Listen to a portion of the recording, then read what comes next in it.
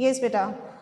When we have the glimpses of India in this chapter, the first part which is given to us is a baker from Goa. We will see the work in the bakeries going on nowadays also through some video. I'll show you afterwards. And what happens in the beginning, from where this bread making started, in that we are given the picture of Goa here. And in the beginning of the chapter, you can see the third point in the activities which relates to this first part. They say you may know that apart from the British, the Dutch and the French, the Portuguese have also played a part in the history of our country. Can you say which parts of India show French and Portuguese influences? You might have read somewhere in your social science book. Pramila ma'am, please allow me to share the screen.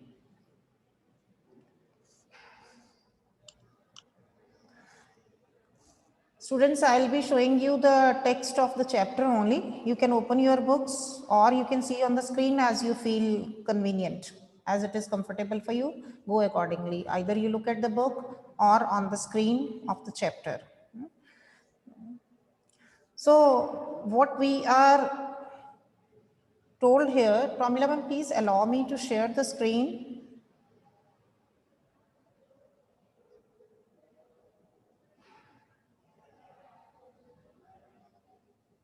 मेरे पास option आ नहीं रहा है. Then make me host.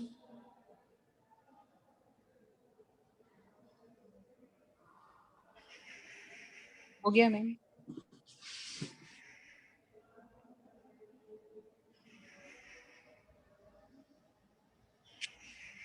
हो गया ma'am, आपको बना दिया मैंने. Yes, ma'am. Yes.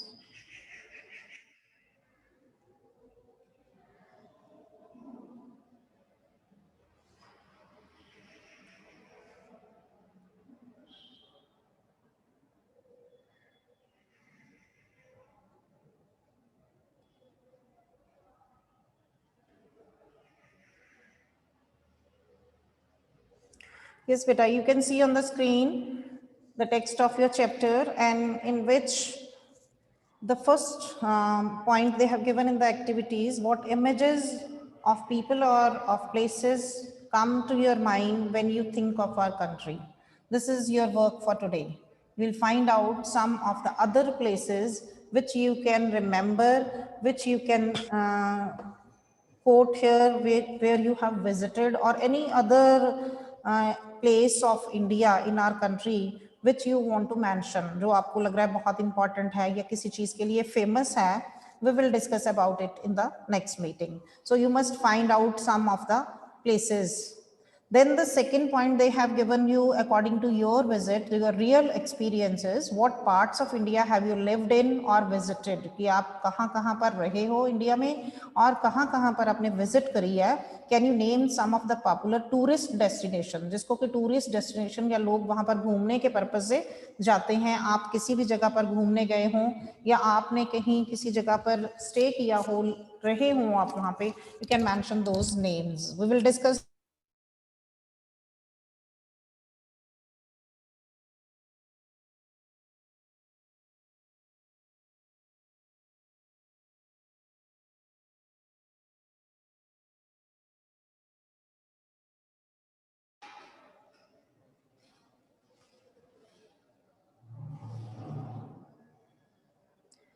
yourself.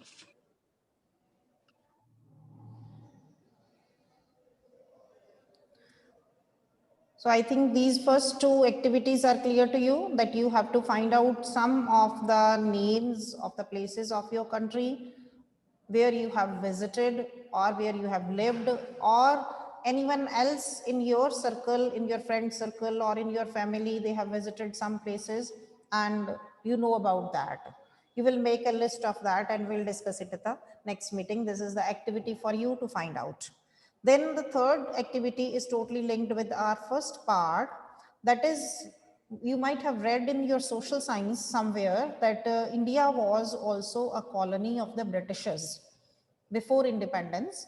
और ब्रिटिशर्स जो थे उन्होंने अपना यहाँ पर रूल एस्टेब्लिश करने के बाद बहुत से बिजनेस पॉइंट ऑफ व्यू से बहुत सी चीज़ें जो थी वो स्टार्ट करी थी। तो ऐसे ही जो इंडिया है वो कहते सिर्फ ब्रिटिश का ही नहीं, बहुत से और लोगों का भी इफेक्ट जो है इंडिया में हमें नज़र आता है। और उसमें क्या था, जो डच थे and the Portuguese, French people, they have also played a part in the history of our country. So we can see some parts of India which show the French and the Portuguese influences.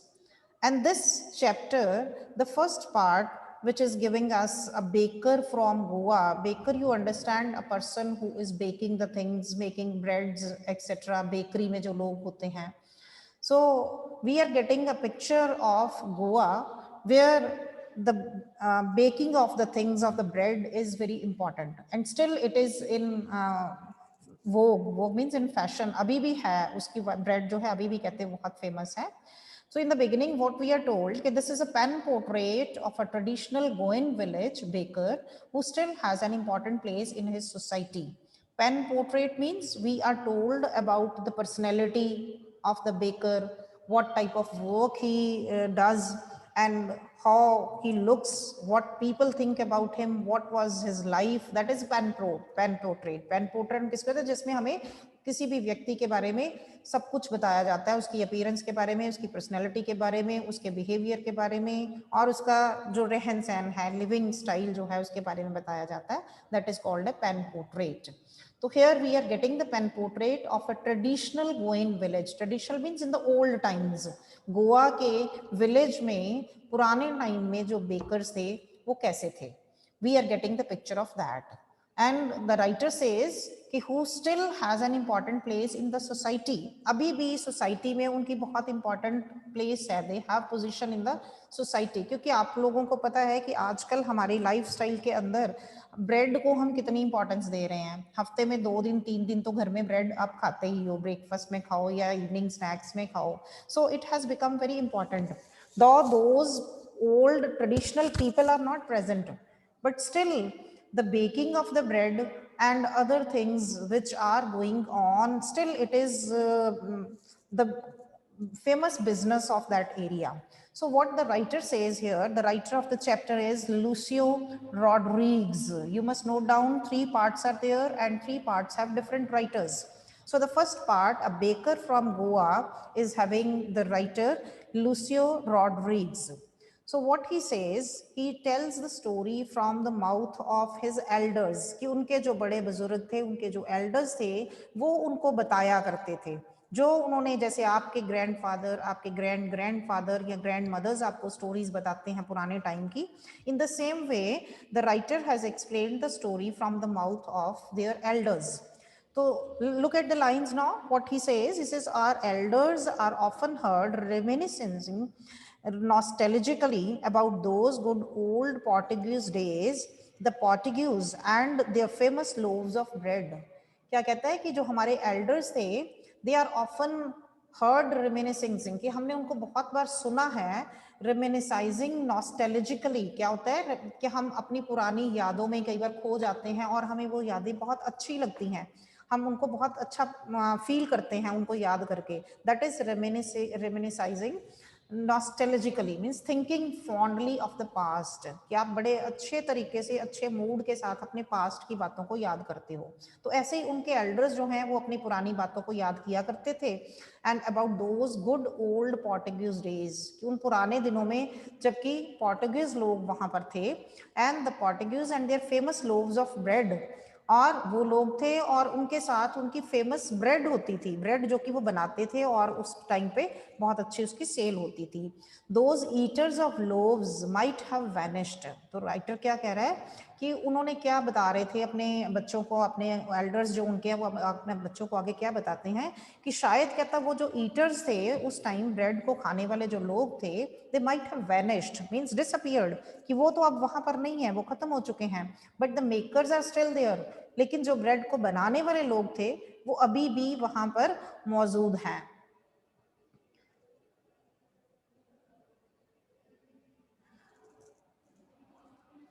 We still have amongst us the mixers, the molders, and those who bake loaves और अभी भी कहते हैं हमारे में जो mixers जो material को बेटर बनाने के लिए जो मटेरियल को मिक्स करते थे, जो मोल्ड करते थे, उसको शेप देते थे, and those who bake the loaves, और जो उस ब्रेड को बनाया करते थे, वो अभी भी उन लोगों के बीच में प्रेजेंट हैं.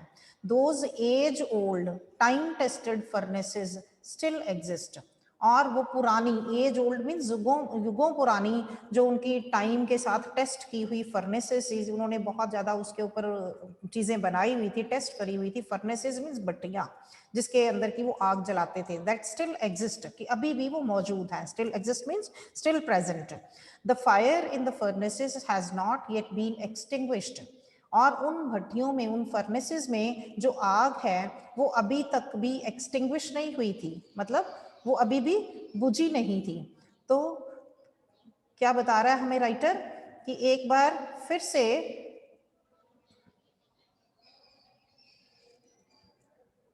the thud and the jingle of the traditional baker's bamboo heralding his arrival in the morning.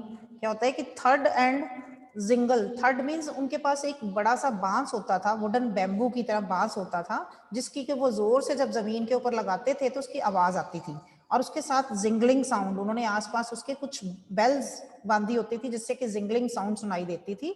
The traditional bakers bamboo heralding his arrival, heralding means announcing, जिससे कि ये पता चल जाता था कि बेकर जो है वो आया है. उसकी अराइवल को वो अनाउंस करता था मॉर्निंग टाइम में. जैसे ही वो थर्ड के साथ जोर से झटके के साथ वो अपने बैम्बू को, स्टिक को जमीन के ऊपर पटकता और उसकी बेल्स की आवाज सुनाई देती, तो that was an announcement for the coming of the baker in the street. Can still be heard in some places, और वो अभी भी कहते वहां पर कुछ जगह पर सुनाई देती है. Maybe the father is not alive but the son still carries on the family profession, और शायद ऐसा है कि अभी भी वहां पर बहुत से ऐसे लोग हैं जिनके फादर नहीं हैं, जो कि इस काम में, इस बिजनेस में थे. They have died but their sons they still carry on the same family profession. These bakers are even today known as pader in Goa.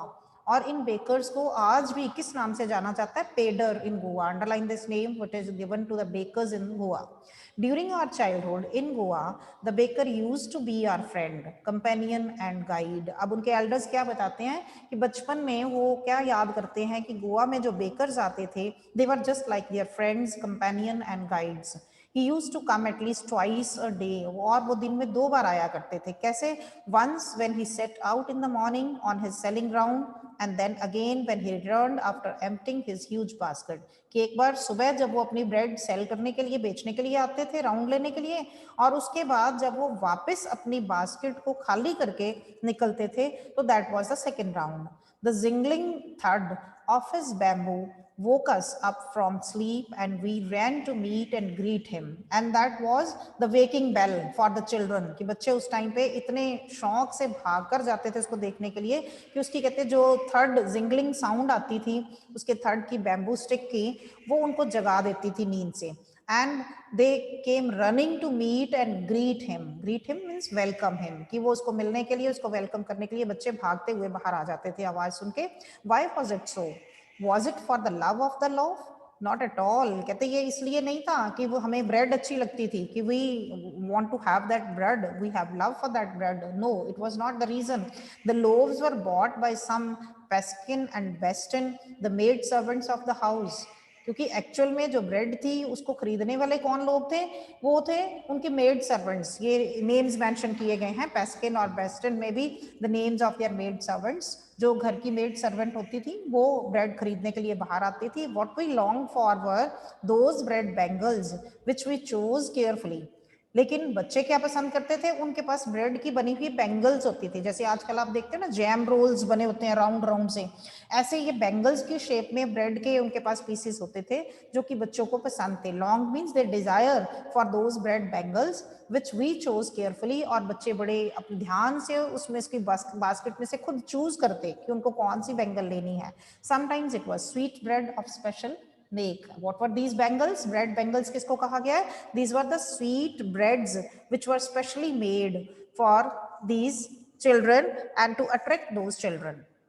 So the baker made his musical entry on the scene with the zung zung sound of his specially made bamboo staff, और इस तरीके से जो baker था वो कहते अपनी musical entry देता होता था सुबह के सीन में अपनी जंग जंग की जिंगलिंग साउंड के साथ, और स्पेशली अपने उस बैम्बू स्टाफ जो कि इसी चीज के लिए उसने तैयार किया होता था, सिर्फ कि लोगों को आवाज से पता चल जाए कि बेकर जो है गली में आ चुका है। One hand supported the basket on his head and the other banged the bamboo on the ground. कि एक हाथ से उसने अपने बास्केट को सपोर्ट किया होता सिर के ऊपर, और दूसरा जो था उसके हाथ में उसने बैम्बू पकड़ा होता जिसको कि वो जमीन के ऊपर मारता ताकि जिंगलिंग साउंड जो है वो सुनाई दे सबको। He would greet the lady of the house with good morning and then place his basket on the vertical bamboo. और क्या करता, वो सुबह आते पहले घर की लेडीज को गुड मॉर्निंग बोलता और अपने बैम्बू के साथ उनका वेलकम करता। जो भी बास्केट के साथ उसने वर्टिकल बैम्बू अपना रखा होता उसकी आवाज से लोग बाहर आ जाते और वो घर की लेडीज को गुड मॉर्निंग बोलकर ग्रीट करते। We kids would be pushed aside with a mild rebuke and the loaves would be delivered to the servants. और बच्चों को हल्की सी डांट दी जाती, rebuke means an expression of disapproval or scolding, कि बच्चों को हल्की सी डांट दी जाती, उनको पीछे हटा दिया जाता।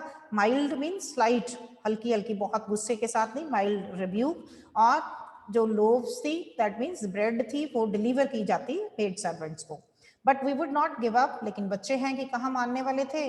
We would climb a bench और the parapet and peep into the basket. और बच्चे जो थे वो पीछे नहीं हटते थे, इसलिए कहते हम फिर दोबारा जंप करते हुए आगे आ जाते, तो या तो जो पास छोटी वॉल होती थी हम उसके ऊपर चढ़ जाते, और या फिर parapet means a low wall at the edge of a platform, कि पास ही कोई छोटी सी दीवार या थड़ी सी जैसे बनी होती उसके ऊपर चढ़ जाते, या फिर हम किसी बेंच के ऊपर चढ़ जाते और उसकी बास्केट के अंदर झांक कर देख दें। Somehow I can still recall the typical fragrance of those loaves. और अभी भी उनके एल्डर्स को याद था कि एक टिपिकल खास तरह की फ्रेग्रेंस, खुशबू जो थी वो आया करती थी उनकी ब्रेड में से। Loaves for elders and the bangles for children. तो इस तरीके से क्या था, वो ब्रेड एल्डर्स के लिए लेकर आते थे और ब्रेड बेंगल्स स्वीट बनी होती थी जो that was for the children. Then we did not even care to brush our teeth or wash our mouths properly. See the excitement of those children at that time. They came running after listening the jingling sound of that baker. They did not care to brush their teeth even and wash their mouths properly. कि बिस्तर से ही वो उठकर भागते हुए बाहर आ जाते जैसे ही उसकी आवाज सुनाई देती। They never care to brush their teeth and even to wash their mouth also. And why should we, और वो सोचते थे क्यों करें हम, क्योंकि इसकी जरूरत ही नहीं। Who would take the trouble of plucking the mango leaf for the toothbrush.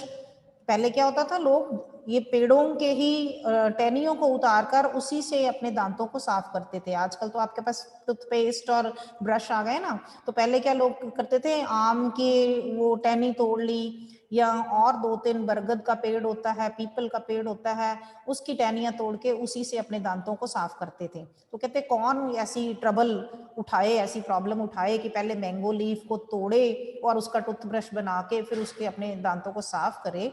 And why was it necessary at all, और उनको लगता था कि इसकी जरूरत भी नहीं थी। The tiger never brushed his teeth. वो क्या सोचते थे कि टाइगर ने कभी अपने दांतों को ब्रश किया है। Hot T could wash and clean up everything so nicely after all, कि आफ्टर ऑल उन्होंने इसके बाद हॉट टी लेनी थी, तो क्या होगा, हॉट टी से अपने आप उनके दांत जो हैं अच्छे से साफ हो जाएंगे। So they never worried about this thing that they had not brushed their teeth or they had not washed their mouths. When the sound of the baker came to them, they start running towards the street, and in this way they never worried about these things. Then in the next part we are given the oral comprehension check after this, which we'll discuss tomorrow. Please come prepared with these questions. After this we are given ki what importance was given to the bread in Goa in those days, how the bread was used in the marriage times or the important occasions, जैसे कि हमारे festivals होते हैं तो उसमें हम specially कुछ ना कुछ special मिठाई जो है वो रखी होती है, एक ट्रेडिशन बनी होती है कि इस फेस्टिवल के ऊपर ये मिठाई खानी है या ये बनानी है। तो इस वे में वो अपनी फीस्ट या फेस्टिवल को कैसे सेलिब्रेट करते थे, मैरिजेस के ऊपर इस ब्रेड की क्या इंपॉर्टेंस थी, that is given to you in the next part. So students, you must come prepared with the comprehension check questions given on page 86. for the first part. Clear? And